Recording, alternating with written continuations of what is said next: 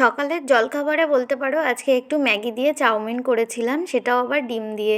তো এইটাই ছেলে টিফিনেও নিয়ে যাবে, আমরাও খেয়ে নেব, তার জন্য অল্প করেই বসিয়েছি। আর এইটা দেখো, বোতল কেটে আমি একটা মানি প্ল্যানেটের গাছ লাগিয়েছিলাম। আমি কিন্তু রাস্তা থেকে এটা কুড়িয়ে নিয়ে এসেছিলাম, আর অনেক দিন আমার মানে অন্য একটা টবের মধ্যে লাগানো ছিল।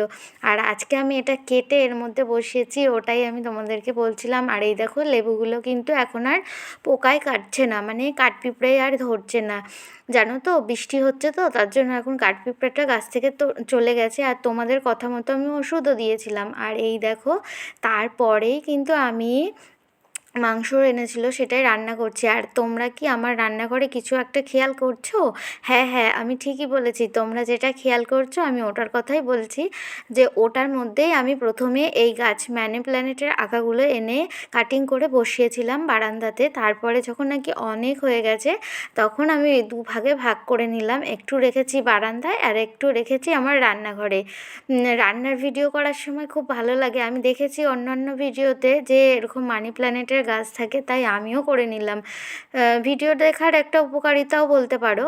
আর এই দেখো, আমি এখন স্নানে যাব দেখে ঘরটর মানে মুছে নিচ্ছি, তারপরেই খাবার নিয়ে বসে পড়েছি। আর আজকে আমি চিকেন আর ভাতই খাবো, সেটাই শেয়ার করলাম।